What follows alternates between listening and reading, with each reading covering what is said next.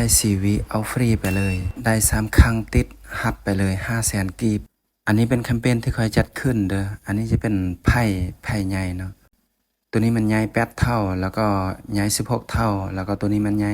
24 เท่าแล้วก็ตัวใหญ่สุดก็จะเป็น